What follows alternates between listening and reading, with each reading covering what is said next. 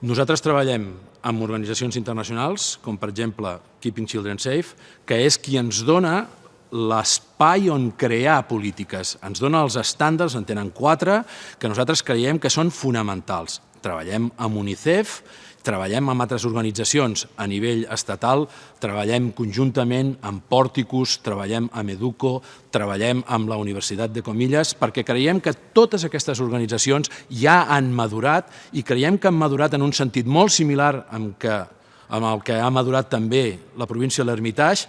Tenim un grau de maduresa en les nostres polítiques i estem donant passos amb organitzacions que també poden donar un pas més important en la consecució de totes aquestes polítiques i la mesura per saber si aquestes polítiques estan funcionant adequadament.